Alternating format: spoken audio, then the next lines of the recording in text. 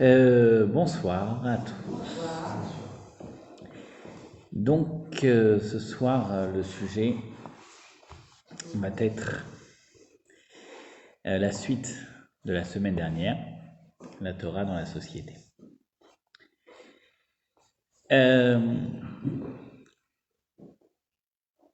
Nous avons expliqué la semaine dernière comment le travail, en fait, c'était quelque chose qui était un devoir, puisque la Torah nous dit pendant 6 jours, tu vas travailler, et le 7e jour, tu te reposeras, et ça c'est le sujet du Shabbat. Donc le fait de travailler, ce n'est pas une option, mais un devoir. Et ce soir, nous allons un petit peu développer la notion de gagner de l'argent.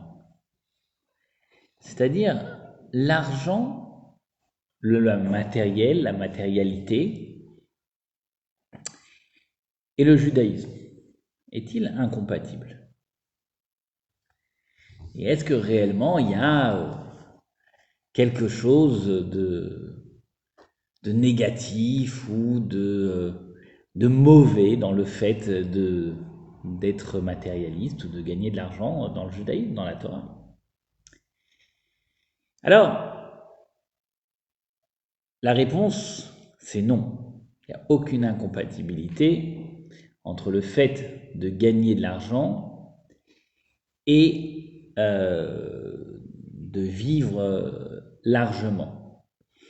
Mais plus encore, être matérialiste, peut-être que oui, ça serait en soi une incompatibilité avec la Torah.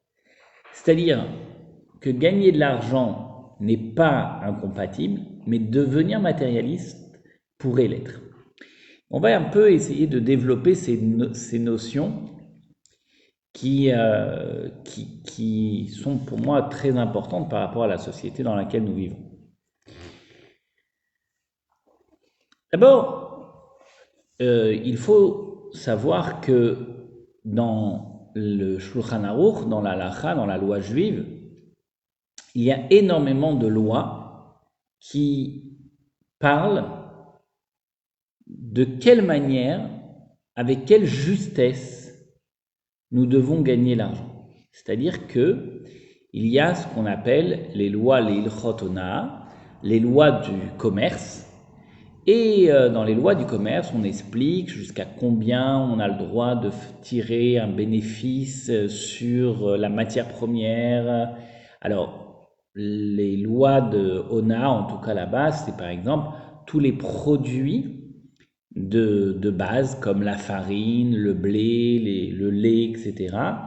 Alors, la Torah nous interdit, par exemple, de faire un coefficient qui est, je sais pas, 20 fois le prix. Et la Torah, sur tous les produits de base, par exemple, elle l'a fixé que le coefficient maximum qu'on puisse avoir est d'1/6. On ne peut pas gagner plus qu'1/6 sur les produits de base.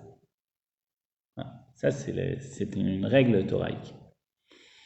Et donc, le fait de tout le reste des lois du commerce sont énormément développées dans le judaïsme, dans la Torah.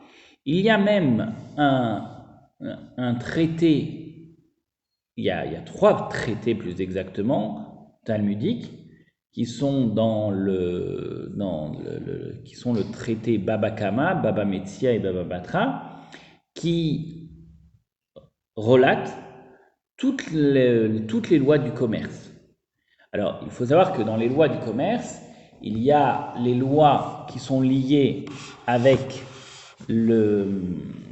l'achat et la vente, c'est-à-dire ce qu'on appelle le kinyan.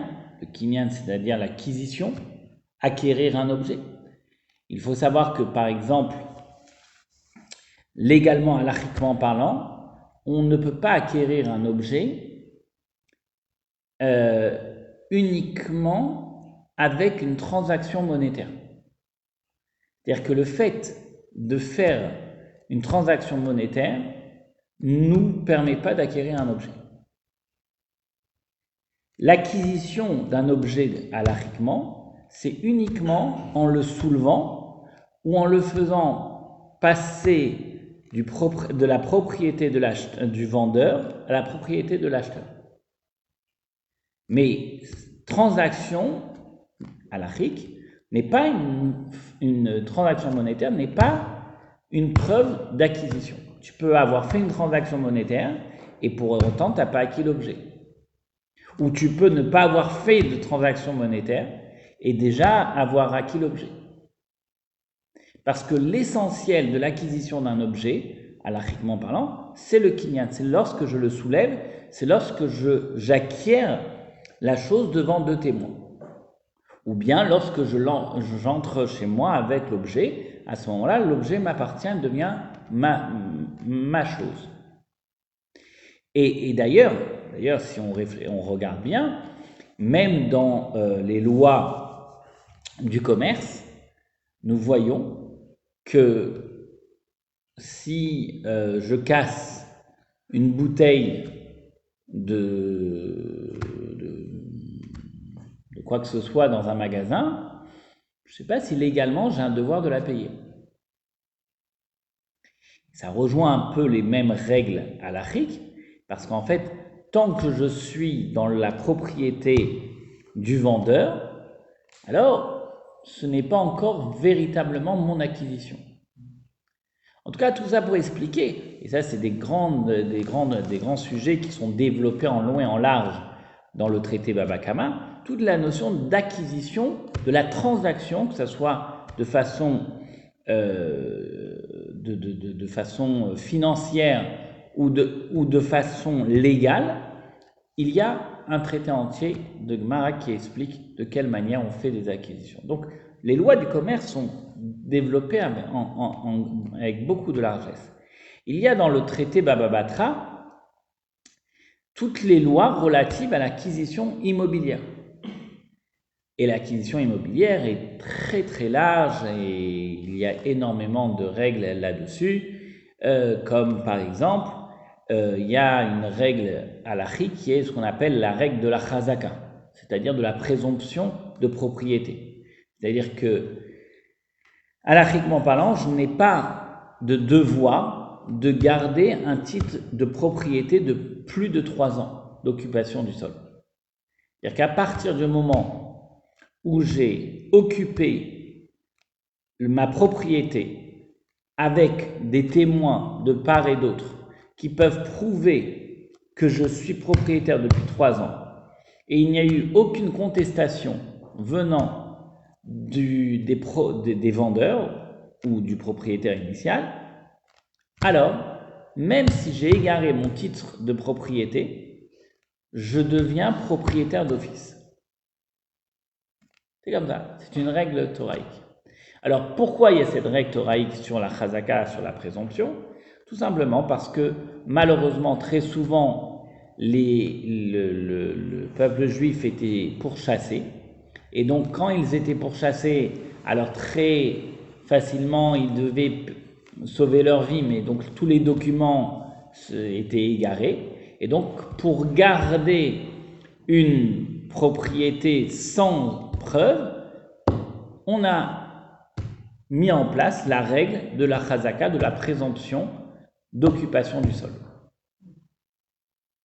Donc, tout cela pour expliquer que le fait d'avoir des transactions, des échanges, il y a toute une partie du Talmud qui va parler de la hausse et de la baisse des objets ou bien des biens immobiliers. C'est-à-dire que par exemple, si je vends au-delà d'1/6 du prix du marché, alors, halachiquement parlant, je peux remettre en cause la vente. Si ça a été vendu en dessous d'1/6, je peux aussi remettre en cause la vente. Mais si c'est dans le 6e, on ne peut pas remettre en cause la vente. Et ainsi de suite. Donc, tout ça pour expliquer que le fait de gagner de l'argent et d'avoir des transactions, cela n'a jamais été un problème, et bien au contraire, ça fait partie de la halakha du Shulchan Aruch. Donc, et d'ailleurs, quand on étudie le Talmud, et on voit un petit peu comment le droit civil a régi plusieurs différentes lois, on voit beaucoup de similitudes entre ce qui est écrit dans le Talmud et comment la loi a été mise en place sur beaucoup de transactions. Ceci étant, tout cela démontre bien que le fait de gagner de l'argent dans la Torah, c'est quelque chose qui fait partie intégrante du judaïsme. Cependant, c'est quel est le sens et la valeur que nous donnons à cette matérialité. C'est-à-dire qu'une fois que j'ai gagné cet argent, qu'est-ce que j'en fais ? Quel est l'objectif de cet argent ? Alors, il y a toujours une grande réflexion. Est-ce que le fait de gagner de l'argent, c'est un but ou c'est un moyen ? Et donc, la Torah, le judaïsme, va expliquer que le fait de gagner de l'argent n'est pas un but en soi. Le fait d'en gagner n'est qu'un moyen pour pouvoir vivre d'une certaine manière qui me permettra de faire beaucoup de bonnes choses grâce à cet argent gagné. Mais l'argent en soi n'est pas un but.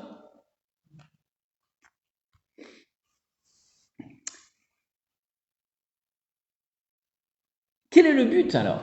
Si le but n'est pas l'argent en soi, alors c'est quoi le but de gagner sa vie ? Et plus encore, est-ce que réellement faut-il travailler dans un monde qui sollicite énormément d'investissement de soi, ou peut-être vivre comme un ermite loin de tout le monde et se contenter d'une bouteille de lait et un peu de pain pétri et puis voilà, vivre avec le strict minimum vital. Qui dit que réellement on a besoin de vivre dans une société, dans un monde, dans une ville, avec tous les bienfaits, le bien-être matériel. Alors, ce qu'il faut savoir, c'est que il y a une Mishnah, qui est la dernière Mishnah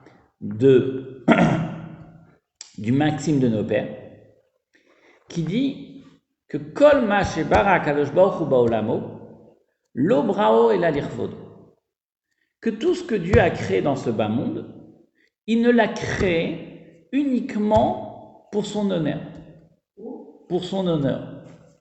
C'est-à-dire que Dieu a créé tous ces bienfaits matériels, il les a pas créés uniquement pour que ça soit mis en place pour autre, que son honneur, que son respect.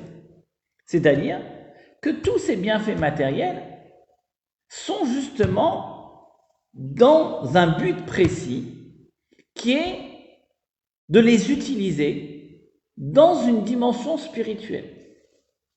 Et donc, si je vais vivre comme un ermite, alors à ce moment-là, je vais peut-être, et certainement, comme on va le voir, passer à côté de l'essentiel de ma vie.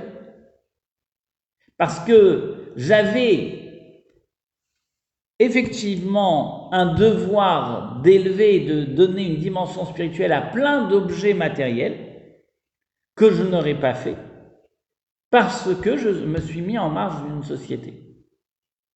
Et donc, le fait de donner une dimension spirituelle à la matière, à la matérialité, c'est un devoir et ça fait partie de ma vie. Jusqu'à tel point qu'il y a un mot du Baal Shem Tov qui est très célèbre, où le Baal Shem Tov dit la chose suivante. Il rapporte un verset qui est rapporté par les maximes de nos pères qui dit « Re'evim vegam tzmeim nafsham baim titalaf » qui veut dire « Ils ont eu faim et ils ont eu soif et leur âme a perdu connaissance, s'est évanouie. » Et le Baal Shem Tov pose la question suivante. Il dit, ils ont eu soif et ils ont eu faim, et leur âme et l'âme s'est évanouie. Ça aurait dû être le corps qui s'est évanoui. Pourquoi on dit que l'âme s'est évanouie? C'est pas l'âme qui s'évanouit si tu manges pas ou tu bois pas. Alors, le Baal Shem Tov dit la chose suivante. C'est qu'en fait, dans ce que je mange et ce que je bois, se cachent à l'intérieur de cela des étincelles divines auxquelles je dois, moi, les élever. Et de quelle manière je dois les élever? Tout simplement en récitant la bénédiction sur de l'eau, She'akol Nihya Bidvaro, ou lorsque je vais manger un morceau de viande qui va être cachère, tout simplement, en mangeant ce morceau de viande, je vais pouvoir ensuite aller à la synagogue, écouter de la Torah, étudier, rendre service à un malade.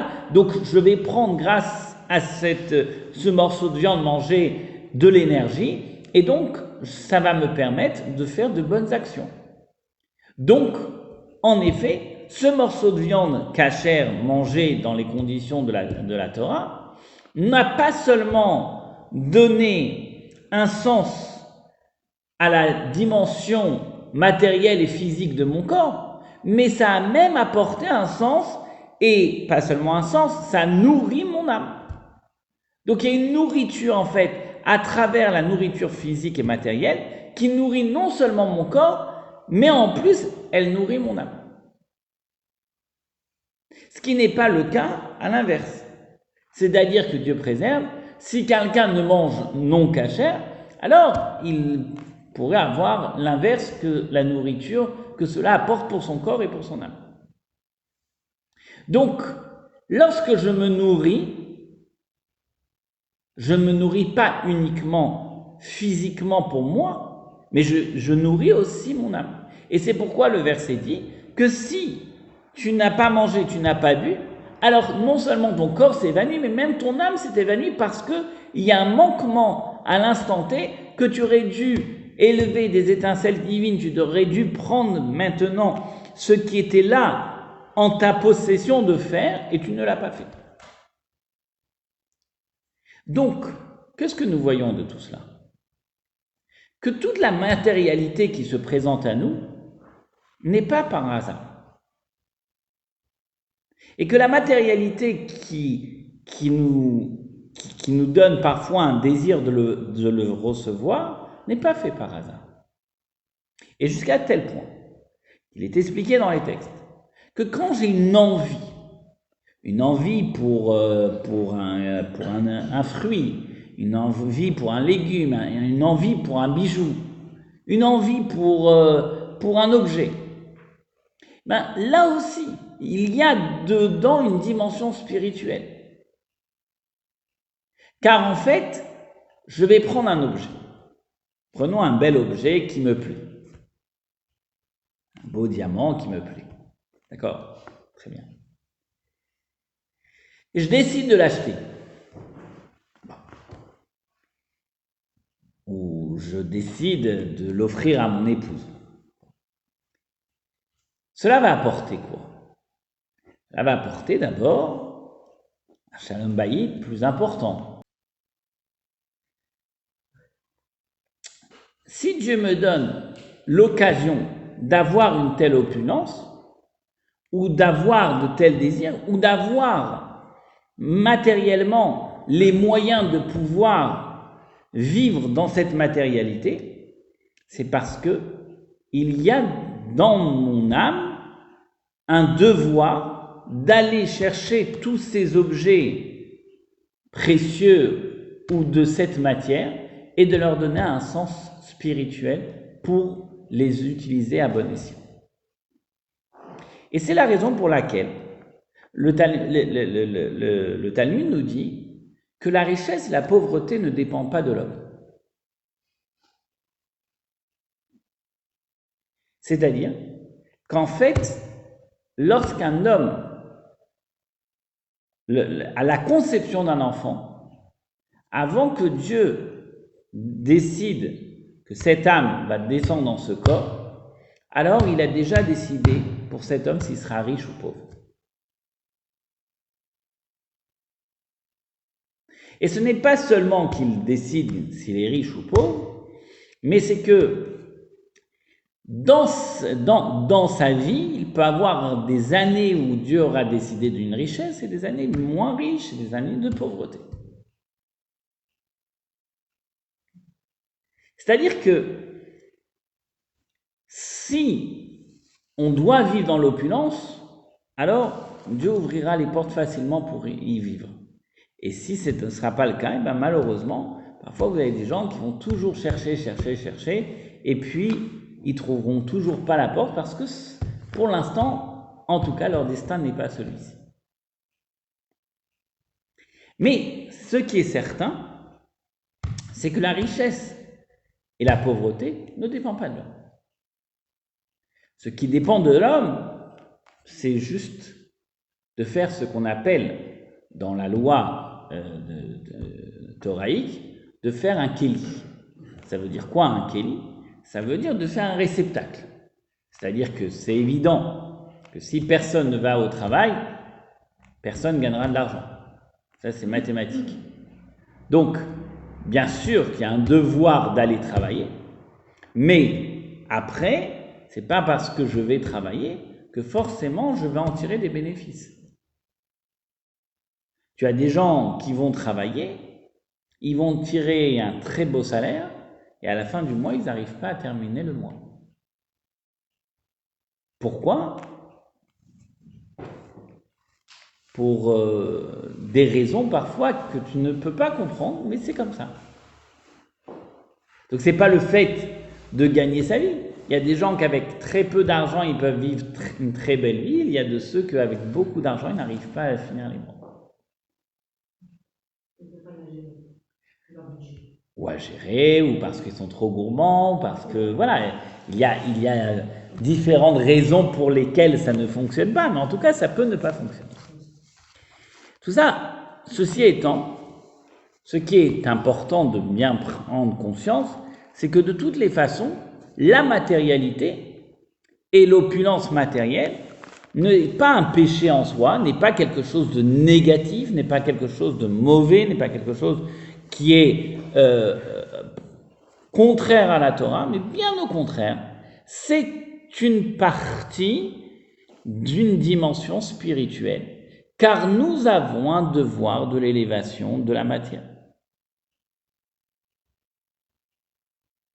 Parce que la matérialité doit avoir, et nous devons lui donner un sens spirituel.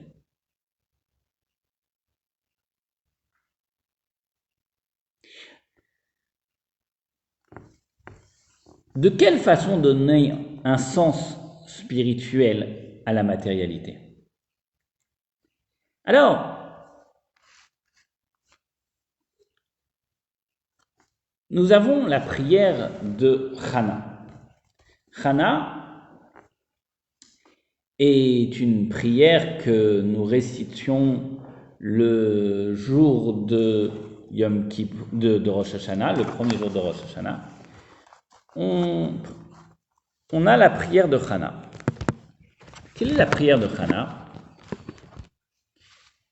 Chana était une femme qui était stérile. On la lit dans la Haftara de Rosh Hashanah. Et Chana va monter à Shiloh et elle va aller voir Élie à Cohen, le prophète, le Cohen Élie, prophète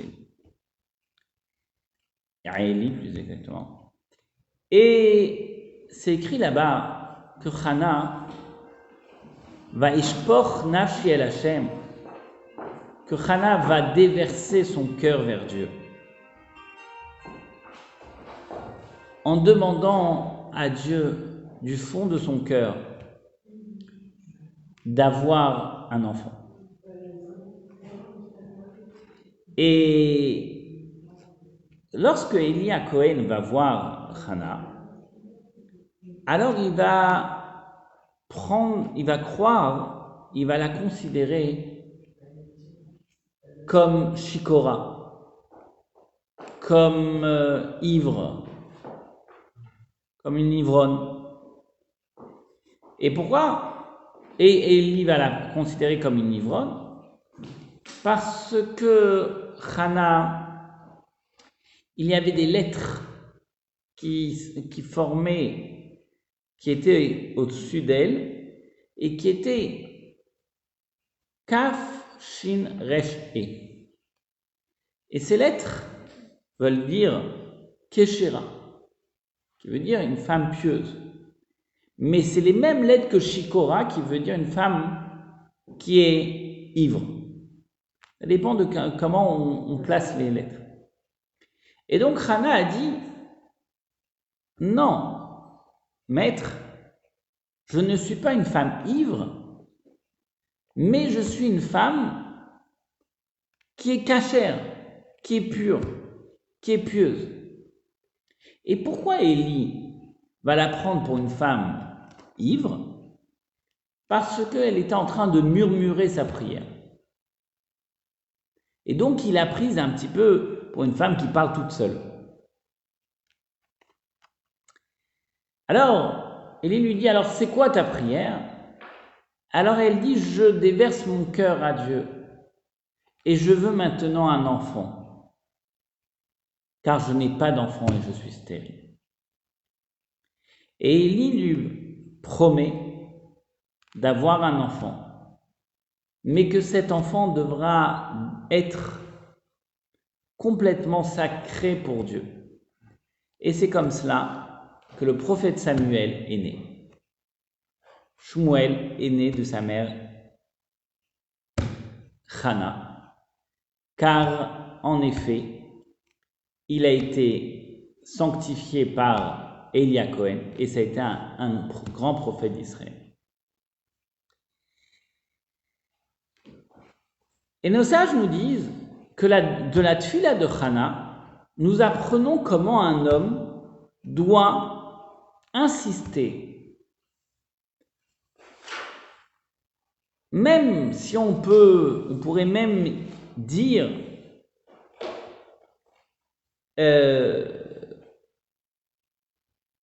supplier Akadosh Baruch Hu, Dieu, du fond de son cœur, pour obtenir un bien-être, d'avoir un enfant ou un bien-être matériel. Car lorsque nous voyons de quelle manière Chana a déversé son cœur, alors c'est écrit que de la prière de Chana, nous devons apprendre de quelle façon on doit insister auprès de Dieu pour avoir gain de cause sur un bienfait matériel. Et avec insistance. Comme nous voyons que Chana a déversé son cœur pour avoir un enfant, et c'est de là où on apprend de quelle façon nous devons prier. Alors, vous allez me dire, déverser son cœur pour avoir un enfant quand on est stérile, oui, ça se comprend, quelque chose qui est difficile pour une mère de ne pas avoir d'enfant. Mais que nos sages disent que de là, nous devons apprendre de façon générale que quand on a besoin de quelque chose qui est purement matériel parfois, on doit déverser son cœur, c'est un peu osé. Je peux comprendre qu'il y a des demandes qui sont lourdes de sens, comme avoir des enfants pour une femme stérile, mais de là à demander avoir une opulence matérielle ou d'autres choses, jusqu'à tel point que je vais devoir déverser mon cœur là-dessus, quelque chose comme ça même qui est difficile à comprendre.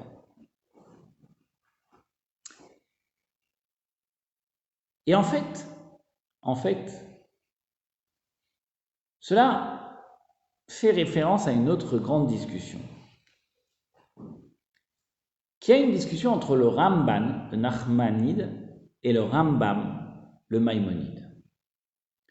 Là-bas, il y a une discussion sur le fait de prier. Est-ce que prier, c'est une mitzvah de la Torah, un commandement toraïque, ou est-ce que prier est un commandement toraïque uniquement si j'ai un manquement? C'est-à-dire que lorsque je me trouve dans une situation de manque, alors là j'ai un devoir de prier. Mais si je ne manque de rien, je n'ai pas de devoir de prier. Et c'est une grande discussion entre le Maïmonide et plusieurs autres avis. Et le Maïmonide dit que le devoir de prier est quelque chose qui existe d'après la Torah, uniquement si je manque de quelque chose. Et si je ne manque pas, je n'ai pas un devoir de prier, d'ordre toraïque. Maintenant, d'ordre rabbinique, on peut prier, mais en tout cas, toraïquement, c'est comme ça. Le Maïmonide défendait ce précepte. Oui, c'est la réflexion du Maïmonide, que toraïquement, on ne prie que si on en manque de quelque chose. Ouais. On ne prie pas pour remercier. Pour remercier Dieu, bien sûr, mais la mitzvah, le devoir de prier, c'est uniquement si on en manque de quelque chose. Mais d'autres avis pensent que non, que de toutes les façons, il y a un devoir de prier à n'importe quel instant, même si on manque de rien. Ce qui est quand même encore plus difficile à comprendre, c'est que si je manque de quoi que ce soit, j'ai un devoir de prier. Alors, j'irai même plus loin. Cela voudrait dire que je ne dois pas composer avec ce que j'ai, mais au contraire d'aller demander et avec assistance pour ce que je n'ai pas.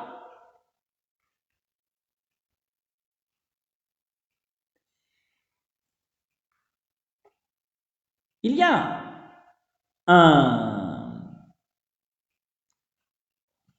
les maximes de nos pères nous disent que quelle est la plus grande richesse, et Zéou Achir, c'est qui est l'homme riche? C'est celui qui est content à sa mère Bechelko, celui qui se contente de ce qu'il a. Alors a priori, c'est antinomique ici. Nous apprenons de la tfila de Chana qu'elle déverse son cœur. On dit que parce qu'elle a déversé son cœur, elle a été exaucée. Le Rambam, le Maïmonide nous dit qu'il faut demander avec assistance et c'est un devoir de demander. Or, le maxime de nos pères nous dit que celui qui est l'homme riche, celui qui se contente de ce qu'il a. Alors comment expliquer tout cela? En fait, ce qu'il faut comprendre, c'est comme nous l'avons dit tout à l'heure.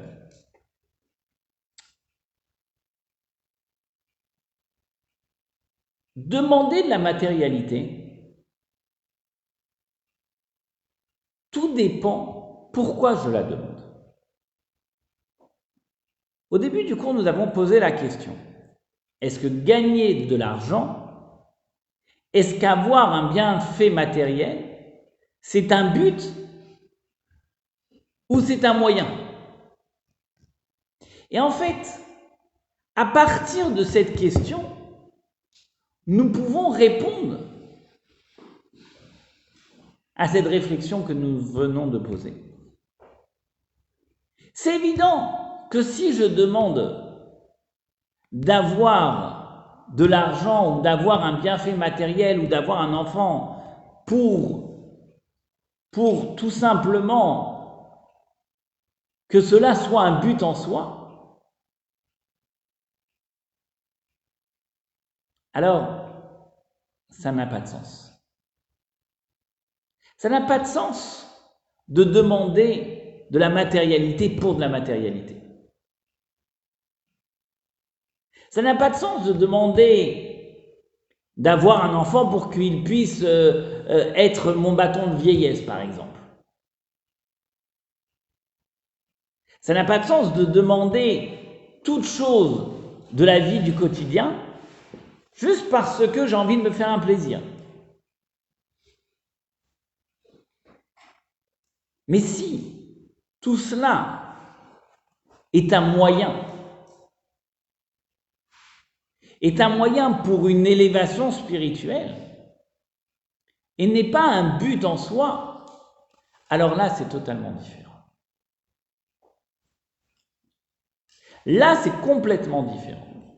Là, on est dans un autre registre complètement différent. Et c'est cela, le sens de la prière de Hannah. Hannah, elle prie à Dieu, elle déverse son cœur vers Dieu pour avoir un enfant. Mais qu'est-ce qu'elle demande au prophète lorsqu'elle demande un enfant? Elle demande au prophète que cet enfant ne soit pas juste un enfant, mais que ça soit un enfant qui soit consacré pour Dieu, que ça soit un enfant qui soit juste, qui soit honnête, qui soit droit, qui soit intègre. Donc elle veut pas un enfant pour avoir un enfant, elle veut un enfant pour que cet enfant soit au service de Dieu dans une intégrité extraordinaire. Et en fait, cette prière de Hannah est une prière très très difficile et très exceptionnelle. Pourquoi?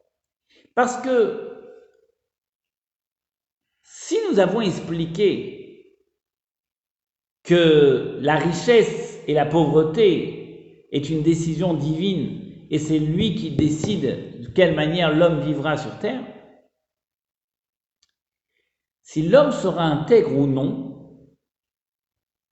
cela, le Talmud nous dit que ce choix-là est uniquement livré au libre arbitre de l'homme.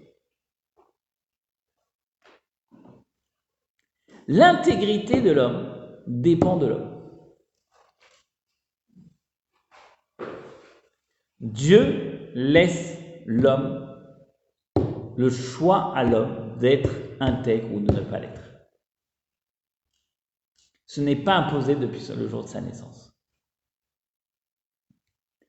Et donc, lorsque Hannah demande au prophète Élie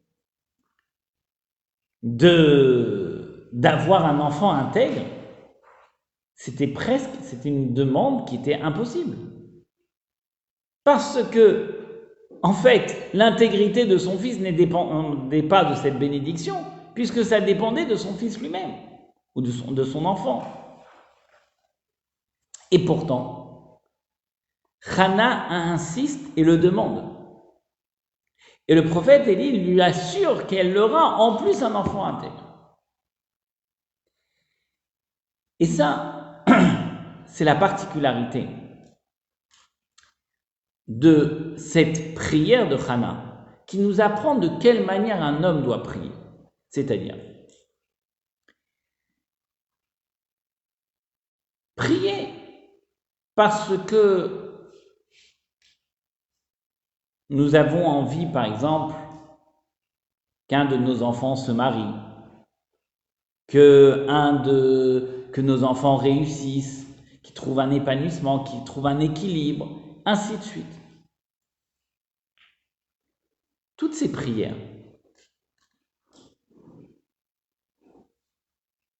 sont des prières qui demandent une ferveur particulière, qui demandent une concentration, qui demandent un investissement de soi dans la prière. C'est-à-dire que, à partir du moment où je prends conscience que ma prière va être exaucée, parce que lorsque je prie, alors je vais m'intéresser à cette manière, de quelle façon je vais prier. Jusqu'à tel point que même nos sages, lorsqu'ils instaurent le devoir de prier, il y a une manière de prier dans la composition de la Hamida. Ça veut dire que la Hamida, on doit la réciter debout, à pieds joints, mais même de la manière comment la Hamida était composée, il y a une façon que nos sages ont mis en place. D'abord, il y a les 3 premières bénédictions qui sont Magen Avraham, Chaya Metim et Akel Akadosh. C'est-à-dire ces 3 bénédictions qui sont, si on peut dire, l'entrée en matière avec Dieu pour commencer d'abord ce qu'on appelle les bénédictions de louange, où on commence d'abord à le louer. On loue Dieu. Et c'est comme cela que la Hamida va commencer. À partir du moment où on a fait les louanges à Dieu, on commence à demander les bienfaits personnels. Lorsque nous traduisons la Hamida, on demande à Dieu d'être intelligent.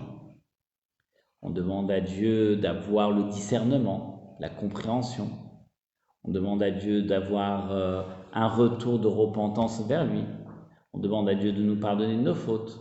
On demande à Dieu de nous délivrer de nos mauvaises pulsions et de nos mauvais penchants et d'avoir une libération totale. On demande à Dieu une bonne santé. On demande à Dieu d'avoir une année de matérialité avec beaucoup de largesse. Tout ça, ça fait partie de toutes les bénédictions que nous récitons, que nous demandons 3 fois par jour. Dans la Hamida, on parle de tout cela. Quand on lit la traduction, c'est tout cela. Et donc, ainsi de suite, il y a plein de demandes qui sont très, très, très personnelles, dans lesquelles nous récitons, nous prions 3 fois par jour, Shacharit, Mincha, Maariv. On demande à Dieu tous ses bienfaits matériels pour nous. Et après avoir prié et avoir fait toutes ces demandes matérielles, il y a une dernière bénédiction avant de faire les 3 dernières bénédictions, qui est la bénédiction de Shomea Tefila, qui veut dire « écoute ma prière ». Et c'est écrit qu'au moment de Shomea Tefila, lorsqu'on dit qu'il faut écouter la prière, que Dieu écoute la prière, alors à ce moment-là, on peut demander ses besoins personnels qui nous tiennent véritablement à cœur, et on les murmure à voix basse dans notre tête, et on dit à Dieu, voilà tout ce que je demande. Après avoir prié et avoir récité toutes ces demandes, alors il y a 3 bénédictions qui sont ce qu'on appelle les bénédictions de reconnaissance à Dieu, de remerciement à Dieu, parce que nous sommes certains que Dieu va exaucer nos prières.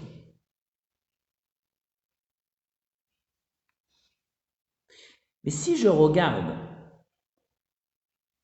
la composition de la Hamida et les demandes de la Hamida, mais vous allez voir, c'est des choses qui sont très, très, très, très matérielles.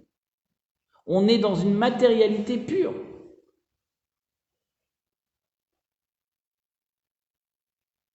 Mais, une fois de plus, c'est une prière qui est pour que cette matérialité ne soit pas un but en soi, mais un moyen. C'est-à-dire un moyen de servir Dieu.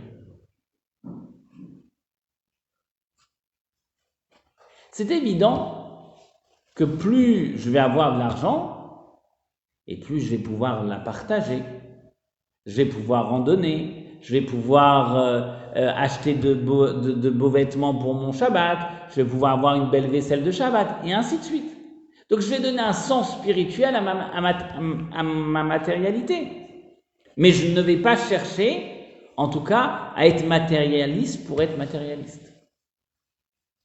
Et c'est ça le sens profond du gain d'argent, du gain d'une vie matérielle. Et jusqu'à tel point qu'il y a un très très grand maître qui était Rabbi Yehuda Hanassi. Rabbi Yehuda Hanassi, c'est lui qui a composé la Mishnah. Et Rabbi Yehuda Hanassi était un homme d'une richesse vertigineuse. Et nous disons sur Rabbi Yehuda Hanassi qu'il était tellement riche qu'il n'y avait pas un jour de l'année où il manquait un fruit ou un légume, même si ce n'était pas la saison.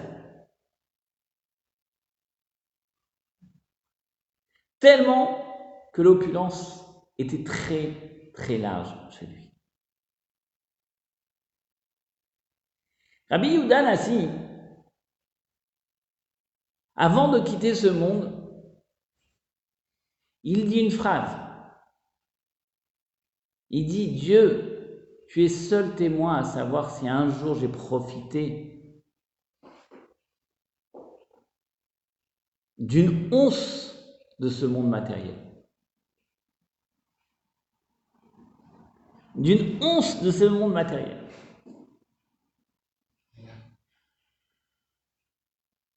Comment Rabbi Yehuda, avec une telle richesse, il peut dire une pareille chose avant de quitter ce monde?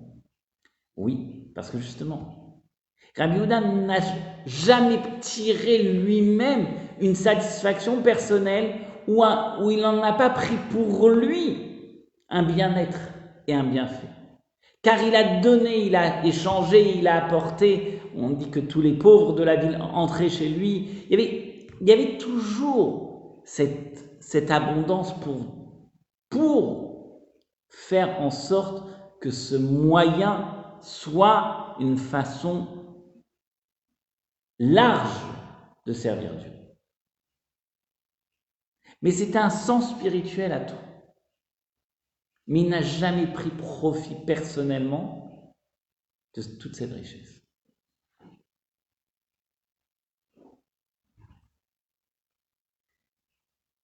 Dans cette même réflexion, nous avons un grand tzaddik qui était le rabbi d'Alexandrie. Alexandre Rabbi, c'est un tzaddik. Il y avait un grand mouvement chassidique qui a été les chassidim d'Alexandre.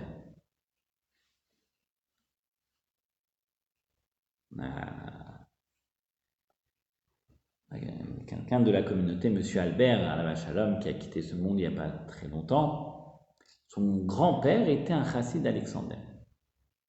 Alors on raconte que sur ce rabbi, donc le rabbi de son grand-père, qui est un homme extraordinaire,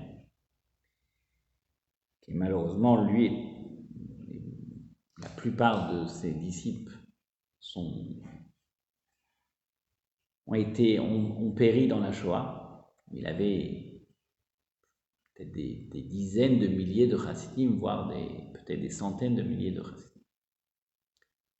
On raconte sur lui que c'était un homme qui était un homme très, très, très, très riche. Pourquoi? Parce que les chassidim, ses disciples, lui donnaient énormément d'argent.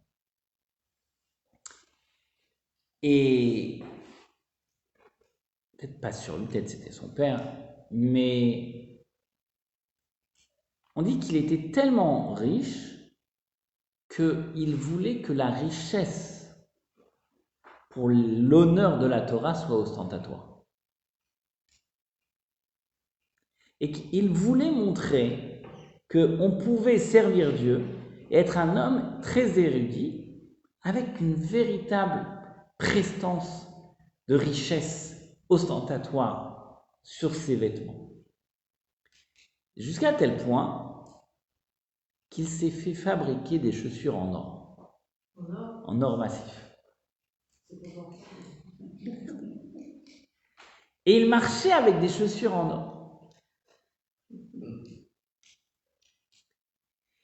Mais les gens connaissaient la grandeur de Rabbi Alexander et ils savaient que c'était un rabbi. C'était très très ostentatoire d'avoir des chaussures en or, mais en tout cas, il l'a fait. Et voilà que ce Rabbi Alexander, qui avait cette volonté toujours de montrer que l'opulence, la matérialité était au service de Dieu, et donc il était un grand sadique, il devait montrer justement que la matérialité était un moyen pour servir Dieu.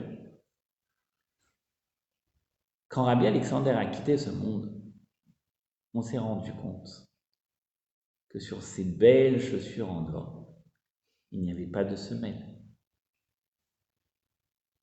Et qu'en fait, toute sa vie, il marchait pieds nus.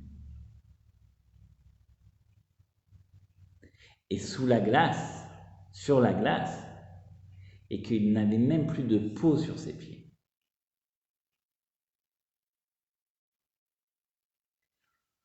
Pour ne pas profiter de son monde matériel. Et pourtant,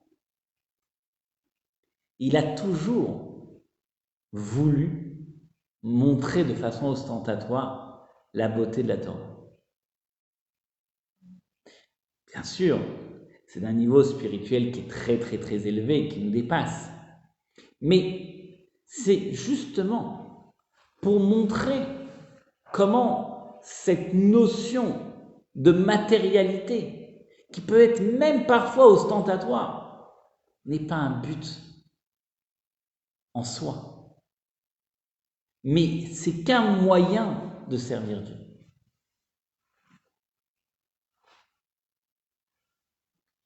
Et donc, à des niveaux pareils, on peut comprendre comment Rabbi Yehuda, il peut avoir une opulence extraordinaire et pourtant dire « je n'ai jamais profité ». Parce qu'en effet, ce monde matériel n'est pas là pour que lui il en prenne un profit, mais justement pour en donner un sens divin à tout cela.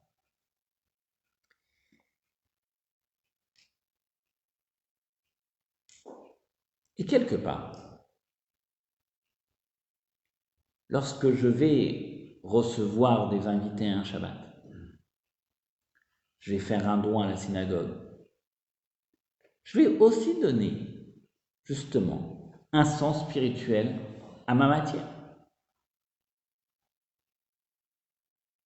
Je vais faire que justement ma maison, qui est un lieu d'accueil, quand je vais recevoir mes parents, mes beaux-parents, je vais recevoir de la famille, je vais recevoir des amis, je vais dresser une belle table de Shabbat, et bien je vais justement donner un sens spirituel à toute cette matérialité, qui ne sera pas un but en soi, mais qui est qu'un moyen.